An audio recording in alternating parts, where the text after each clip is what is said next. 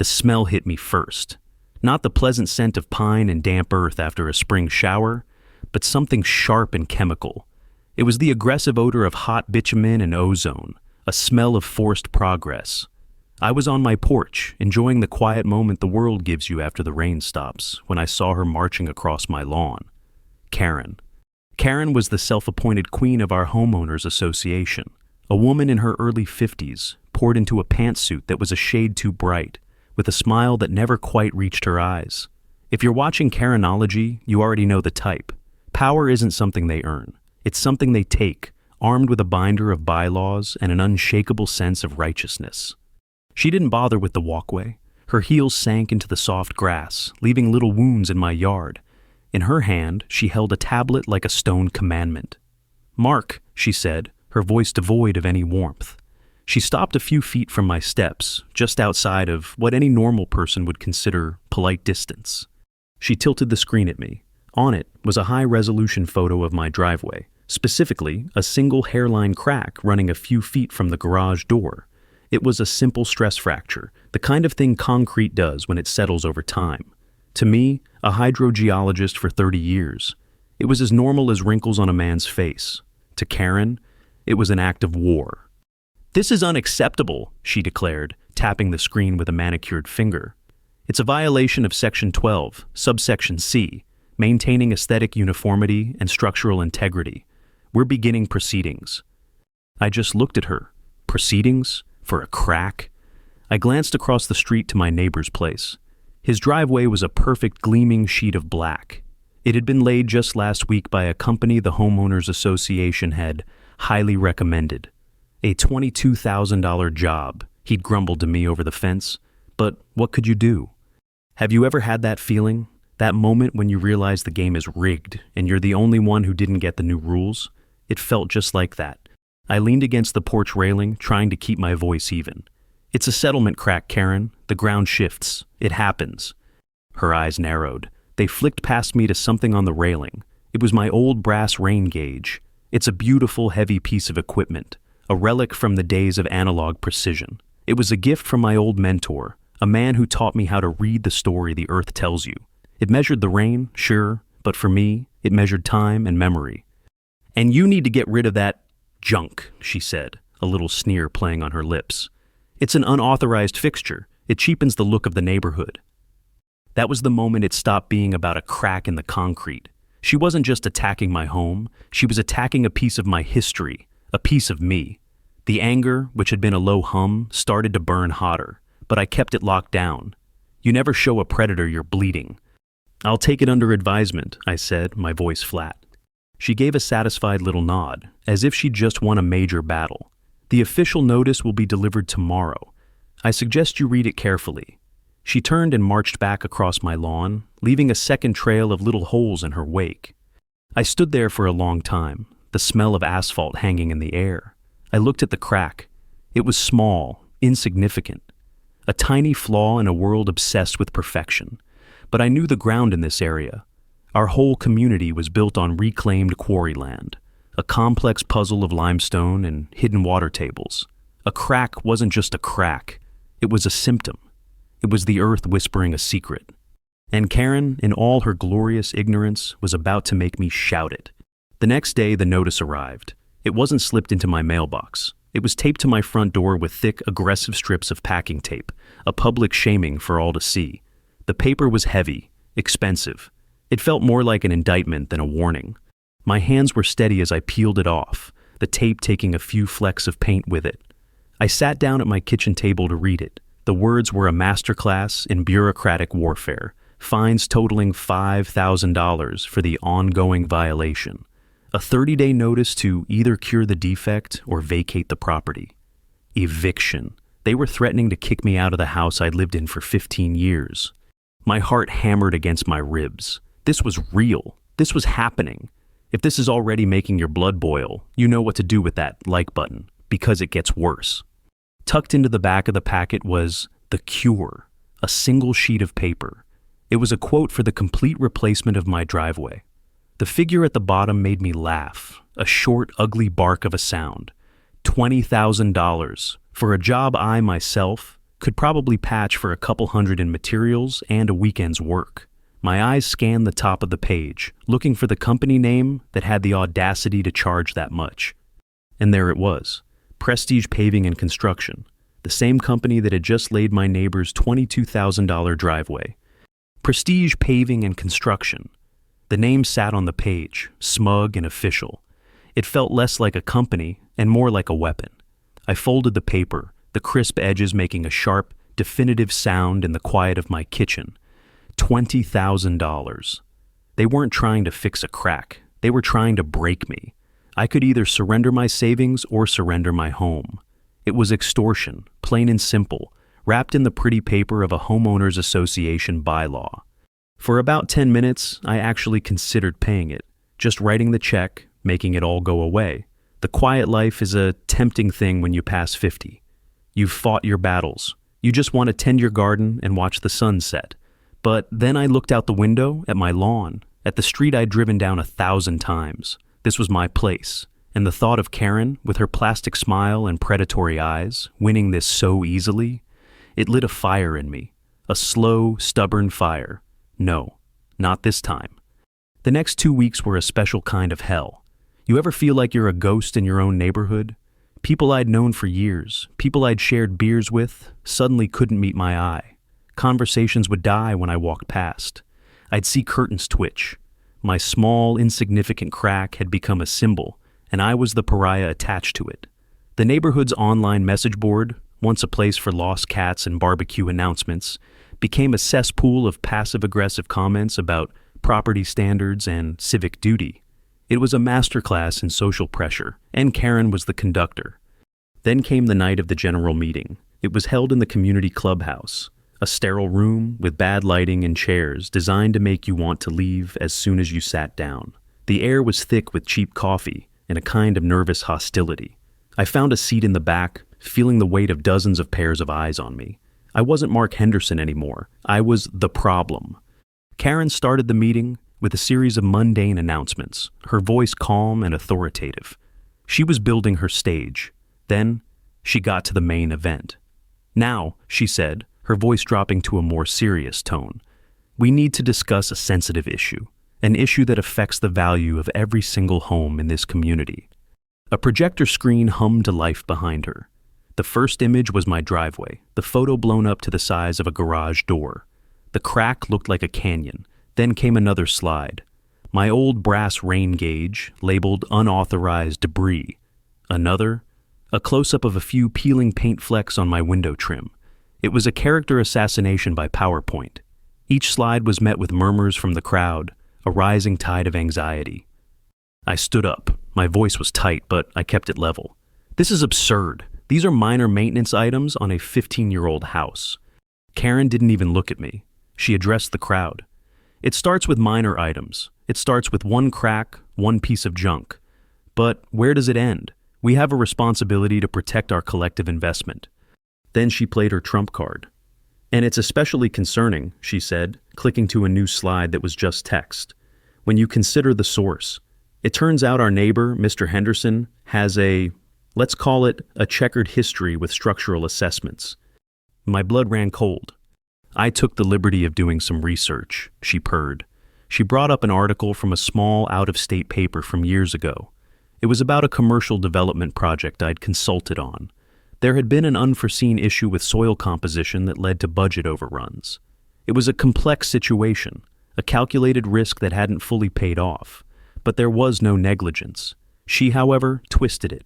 She read select phrases aloud, making it sound like I had single-handedly caused a catastrophe. Misjudged geological data, she read, pausing for effect. Costing investors millions. The crowd was eating it up. They weren't seeing a neighbor. They were seeing a liability. I tried to speak, to explain the context, to tell them that geology isn't a perfect science, that she was twisting the facts. But my words were drowned out by the rising tide of fear she had so expertly cultivated. They didn't want context. They wanted a villain.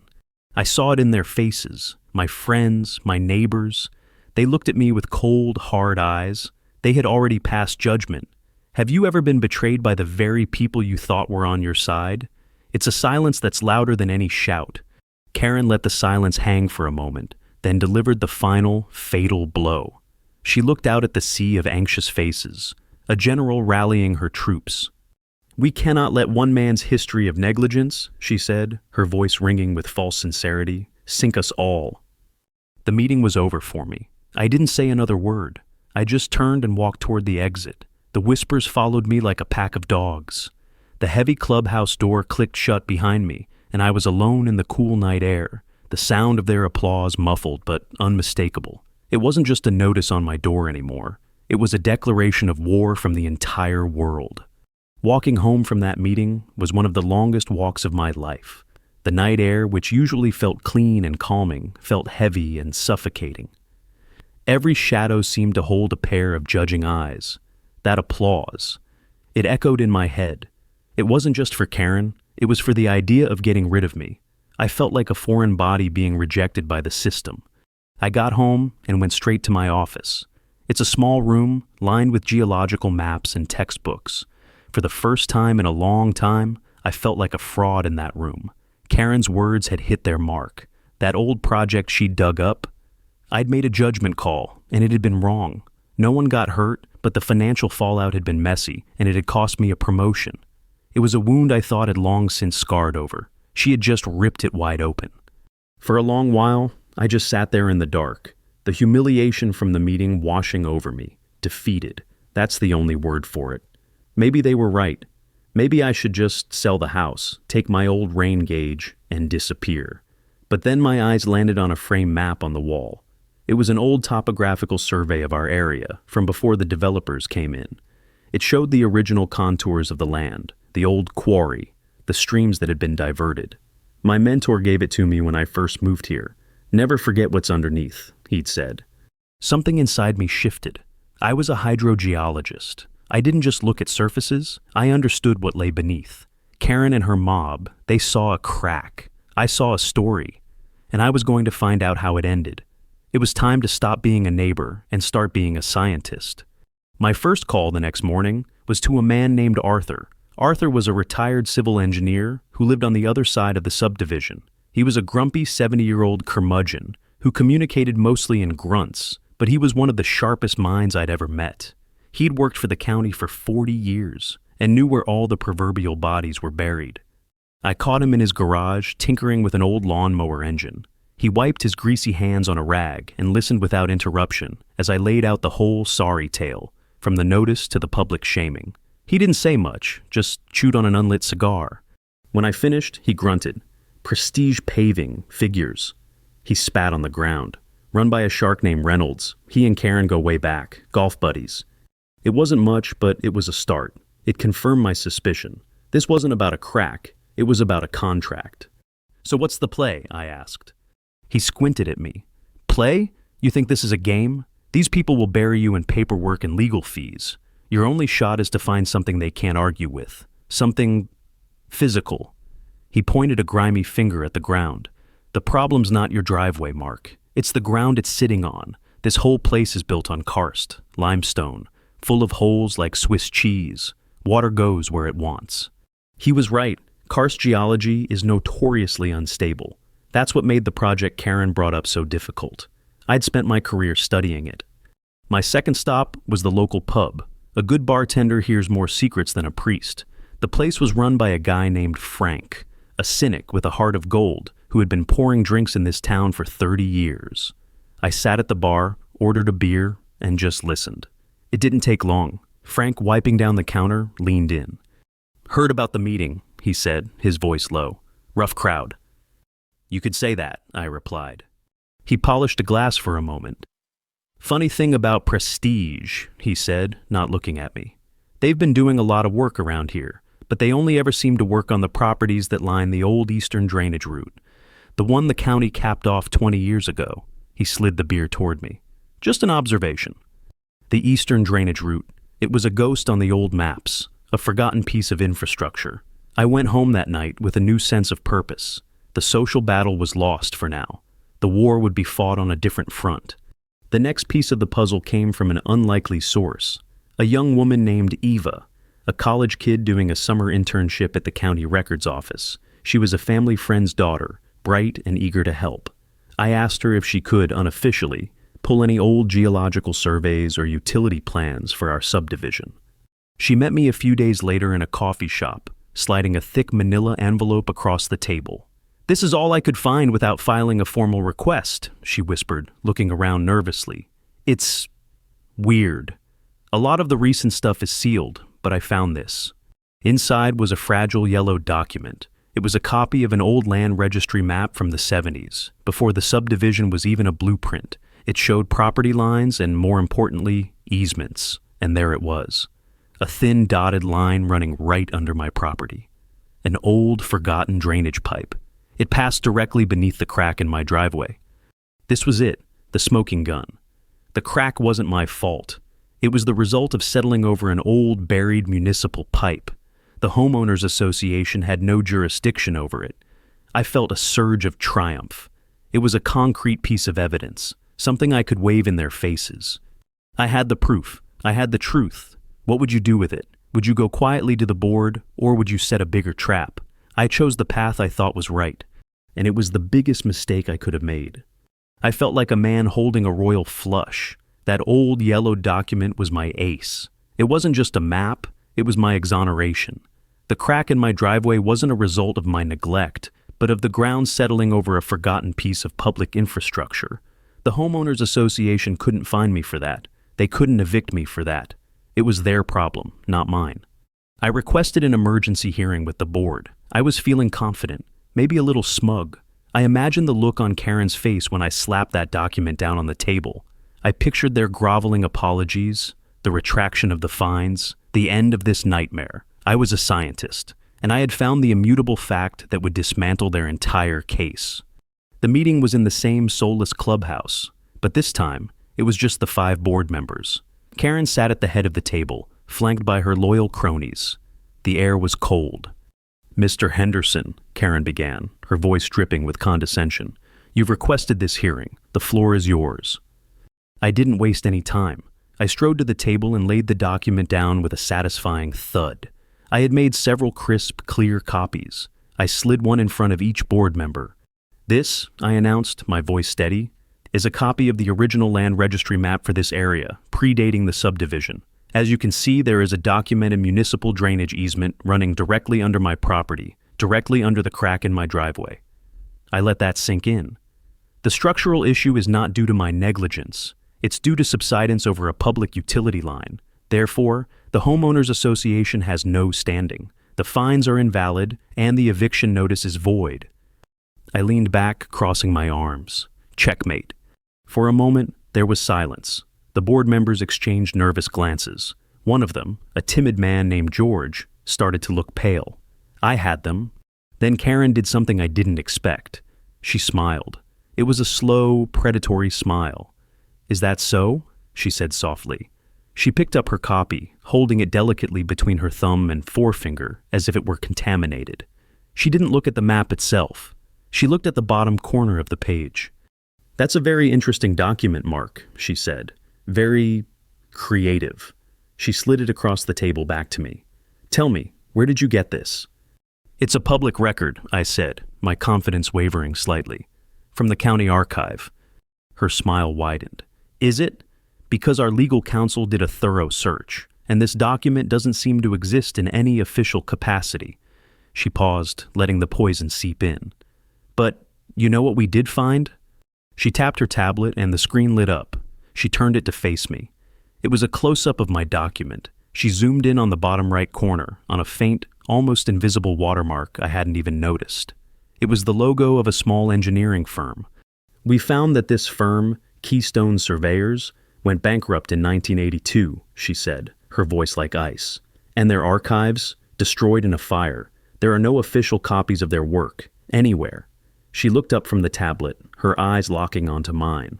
"So this copy you have, this smoking gun, the only way it could exist is if someone fabricated it." The room went silent. The air was sucked out of my lungs. Fabricated. The word hung in the air, ugly and sharp. She was accusing me of forgery. Have you ever had the truth thrown back in your face as a lie? It's like the world turning upside down. "That's insane," I stammered. "It's a real copy. I got it from..." I stopped. I couldn't drag Eva into this. She was just a kid. I had promised her I would be discreet. Karen saw my hesitation and pounced. You got it from where, Mark? An anonymous source? A little bird? Or did you perhaps create it yourself? You have a history with misjudged geological data, after all. Maybe you thought you could create some new data. It was a brilliant, vicious move. She had turned my own evidence against me. The document was real, but I had no way to prove it. Its authenticity rested on the word of a terrified intern against the entire legal weight of the Homeowners Association. By the time I left that room, the situation had gone from bad to catastrophic. The fines weren't just reinstated. They were doubled to $10,000 for submitting fraudulent documents. But Karen wasn't done. That evening, the online neighborhood forum exploded. She posted a carefully worded summary of the hearing, portraying me not just as a negligent homeowner, but as a desperate fraudster trying to cheat my way out of responsibility. The post was accompanied by a picture of my fake document with the Keystone Surveyors watermark circled in red. My reputation, already fragile, shattered completely.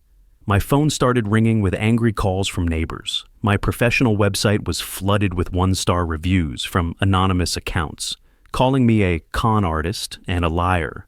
My career, which was mostly local consulting, was being systematically dismantled, tweet by tweet, post by post. And then came the betrayal. An email landed in my inbox. It was from Eva. It was short and panicked. I'm so sorry, Mr. Henderson. They know. Karen's lawyer called my supervisor. They threatened my internship, my whole future. I had to tell them you asked me for the files. I had to. Please don't contact me again. She had given me up. I couldn't even blame her. She was a kid, and they had put a gun to her head. But it didn't change the fact that I was now utterly and completely alone. The truth was my only weapon, and they had just convinced the world it was a lie. Ava's email was the final nail in the coffin. It wasn't just a betrayal. It was the severing of my last thread of hope. My one witness was gone. My one piece of proof had been twisted into a weapon against me. I was officially a pariah, a fraud, and a fool. I sat in my office, the screen glowing in the dark, and felt a kind of cold, quiet despair I hadn't felt in years. It was the feeling of being completely and utterly outplayed. The next morning, it got physical. I woke up to the sound of a truck beeping, the insistent, annoying chirp of a vehicle backing up. I went to the window and my stomach dropped. A large branded truck from the city's water department was parked on the street. But it wasn't the truck that bothered me. It was the man standing next to it, talking to Karen. It was a city inspector, a guy in a crisp uniform holding a clipboard. And Karen was pointing directly at my house. This was her next move, escalation. She was done with social pressure and HOA bylaws. Now she was using the city itself as a weapon. An hour later, the inspector was at my door. He was a stone-faced man who looked like he'd seen it all and wasn't impressed by any of it. He informed me that they had received an anonymous tip about a potential unpermitted alteration to the main water line on my property. It was nonsense, and we both knew it, but the clipboard gave him the authority. He spent the next 2 hours turning my front yard into a mud pit, digging test holes and running diagnostics. Of course, he found nothing, but that wasn't the point. The point was the spectacle. The point was the open-sided truck, the digging, the official presence, all for the neighbors to see. It was a public display meant to reinforce the narrative. Mark Henderson is a problem. He's unstable. He's dangerous. As the inspector was packing up, his face a mask of bored annoyance, another car pulled up. This one wasn't from the city. It was a sleek black sedan. A man in a tailored suit got out. He was in his late 40s, with a golfer's tan and an expensive watch. He walked straight up to me, ignoring the inspector completely. Mark Henderson, he said. His voice was smooth as silk. My name is Reynolds. I own Prestige Paving. Arthur's words echoed in my head. A shark named Reynolds. I hear you've been having some trouble with your driveway, he said, a faint smile playing on his lips. And with the Homeowners Association. It all sounds very stressful. I didn't say a word. I just watched him. Let me be direct, he continued, his voice dropping slightly. I like your house. I like this lot. It's in a prime location for a project I have in mind. He gestured vaguely toward the street. Karen is a good friend, but she can be a bit overzealous. All these fines, the eviction talk, it's so unpleasant. It doesn't have to be this way. Here it comes, I thought. The pitch. I'm prepared to make you an offer, Reynolds said. A very generous offer. More than market value. You sell the house to me, quietly. All your troubles with the Homeowners Association disappear overnight.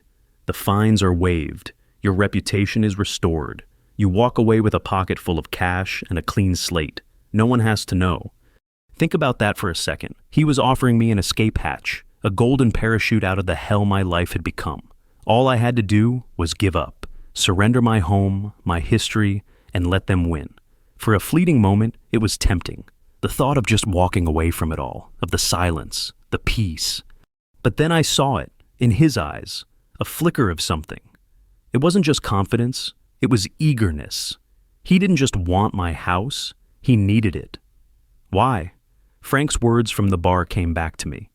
They only ever seemed to work on the properties that line the old eastern drainage route. My house was right on that line. Something clicked. This was never about the crack. It was never about the bylaws or the aesthetic of the neighborhood. It was about this specific piece of land, and that old, forgotten drainage pipe running underneath it.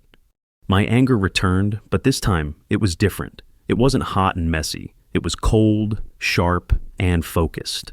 I looked at Reynolds, at his expensive suit and his smug smile. He thought he had me cornered. He thought he was the shark. He was about to find out he was swimming in my ocean. I met his gaze. Your offer is very generous, Mr. Reynolds, I said, my voice dangerously calm. But I'm not for sale. His smile faltered, just for a second. Now, if you'll excuse me, I continued, I have some gardening to do. The city was kind enough to pre-dig the holes for me. I turned my back on him and walked toward my garage, not giving him another glance.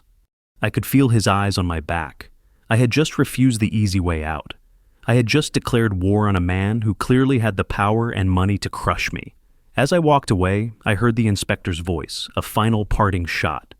By the way, Henderson, he called out, that storm system moving in this weekend, it's a big one. I'd get some sandbags if I were you. With all this disturbed ground, you're looking at some serious flooding. He paused. And I noticed your downspout is clogged. That's another violation. I'll have to write that up. I stopped. Clogged? I had cleaned my gutters just last month. I walked over to the corner of the house. He was right. The downspout was packed tight with leaves and debris, a deliberate man-made plug. They hadn't just brought the city in. They were actively sabotaging my property, trying to create the very disaster they were accusing me of risking. The coming storm wasn't just a weather event anymore. It was a deadline, and a weapon they planned to use against me. The clogged downspout wasn't just a violation. It was a message. They were done playing by even their own twisted rules. They were going to manufacture a catastrophe and lay it at my feet. The coming storm was the gun, and they had just aimed it at my head. I stood there in the mud of my yard, the inspector's warning hanging in the air, and I felt something break inside me. It was the last vestige of the man who just wanted to be left alone. He was gone. In his place was a cold, simmering rage. I looked at the packed leaves, then at the crack in my driveway, then at the black sedan disappearing down the street. All the pieces were there, scattered and disconnected. I just needed to put them together. I went back inside, but instead of anger and despair, I felt a strange, electric clarity. It was a feeling I hadn't had since my early days in the field, facing down a problem that everyone else said was unsolvable. My mentor used to call it the quiet eye of the storm. When everything is chaos around you, you find a single, still point of focus. My focus was water. Water was my science, it was my language, and I realized they had made a critical mistake. They thought the water was their weapon. They were wrong. It was mine. The document was useless, a discredited ghost. But the truth it represented, the pipe, the geology, was real. It was physically present, right under my feet. I had been trying to fight them with paper in a world of power and money. It was time to fight them with physics. I spent the next hour in my office, not looking at legal documents, but at my old maps, the topographical survey, the discredited land registry plot, rainfall charts for the past decade. I wasn't looking for proof anymore. I was looking for a strategy. My house sat on the path of the old drainage line. Prestige Paving was targeting all the properties along that line. The coming storm was a major system, predicted to drop several inches of rain in a few hours. My downspout was clogged. It was a setup. They were going to flood my property, blame it on my negligence and the clogged drain, and use the ensuing damage as final, undeniable proof that I was a liability who had to be removed. The damage would likely worsen the crack in my driveway, creating a self-fulfilling prophecy. But here's what they didn't know. I knew this land. I knew how water was supposed to move across it, and I knew that my property shouldn't flood, even with a clogged downspout, not unless the water had nowhere else to go. My mind raced. Frank the bartender's words, the eastern drainage route, the one the county capped off. Arthur's words, Prestige is run by a shark named Reynolds.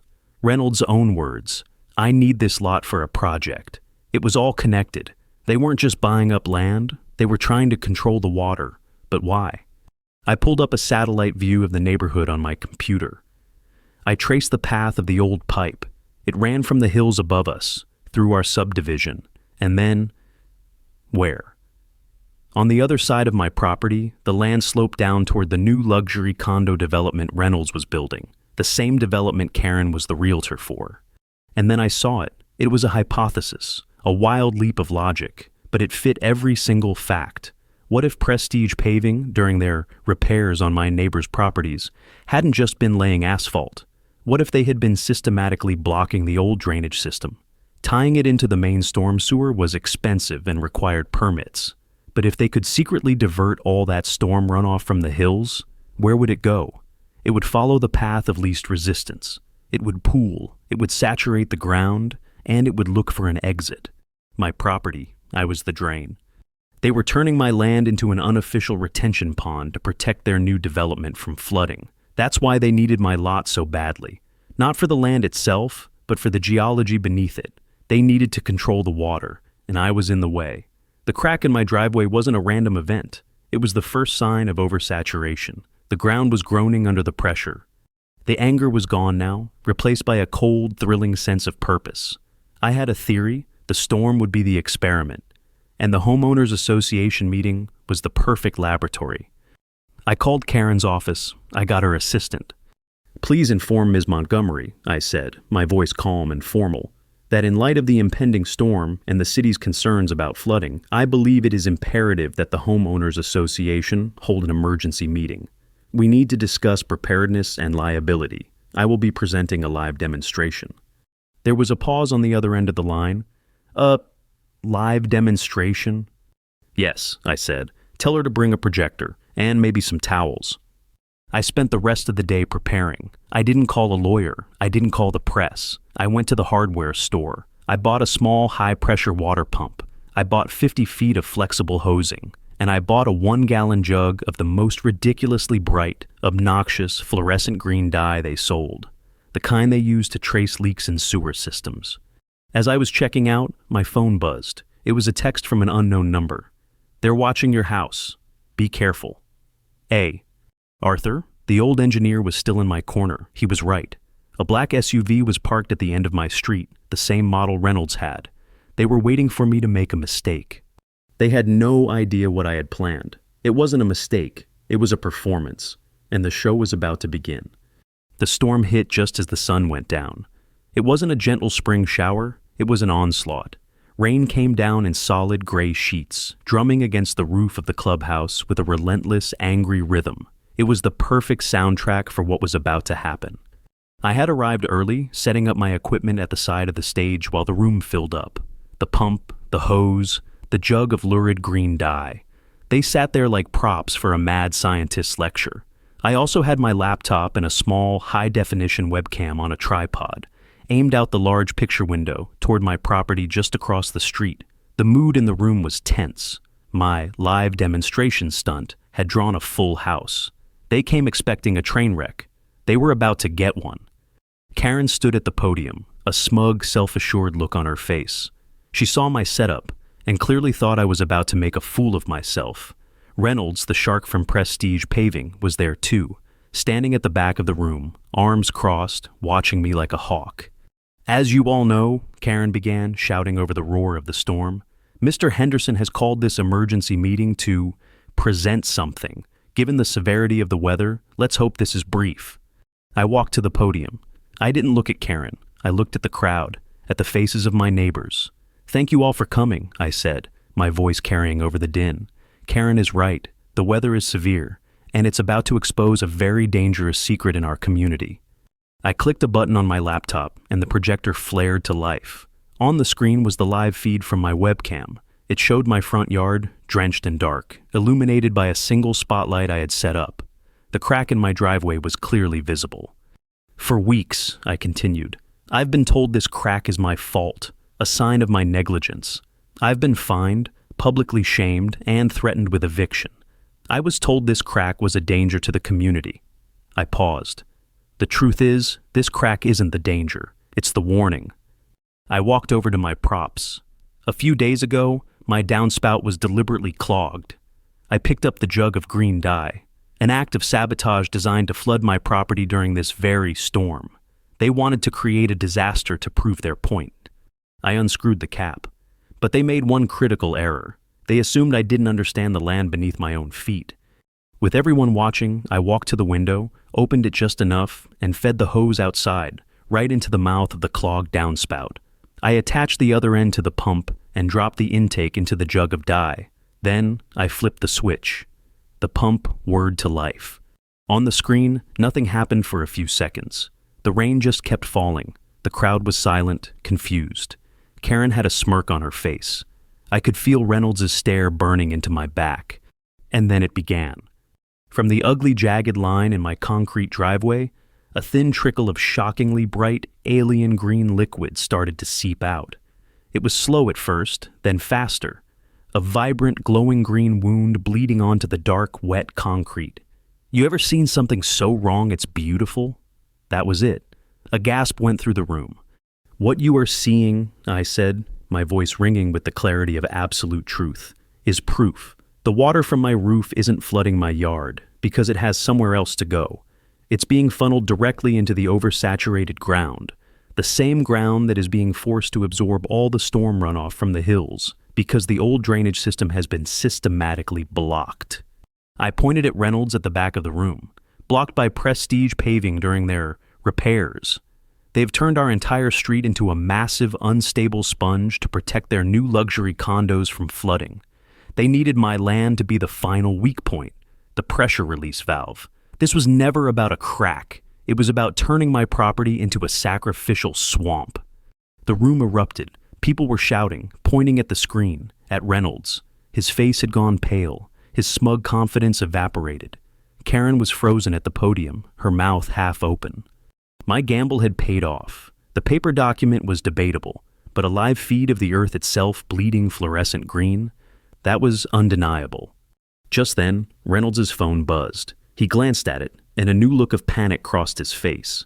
He started pushing his way toward the exit, but Arthur, my grumpy engineer friend, was standing by the door. He didn't move. He just shook his head. The text I'd gotten from Arthur wasn't just a warning. It was confirmation.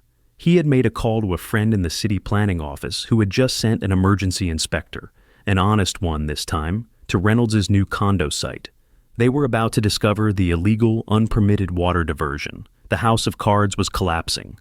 In the chaos, Reynolds' lawyer tried to offer me a deal, a quiet settlement to make it all go away. He named a number with a lot of zeros. In front of everyone, I shook my head. "Some things aren't for sale," I said.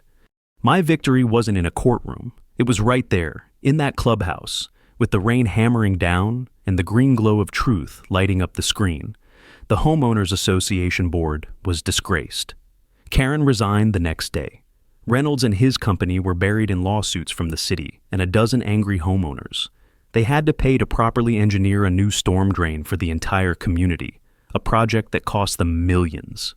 Months later, I was sitting on my porch. The driveway was still cracked. I hadn't fixed it. I'd filled it with a flexible dark gray sealant. It looked like a scar. It was a reminder. Arthur sat next to me, chewing on his unlit cigar. "Well," he grunted, "you won, but you're that guy now, the one who cost everyone a fortune in special assessments to fix the mess." I looked at the scar on my driveway. He was right.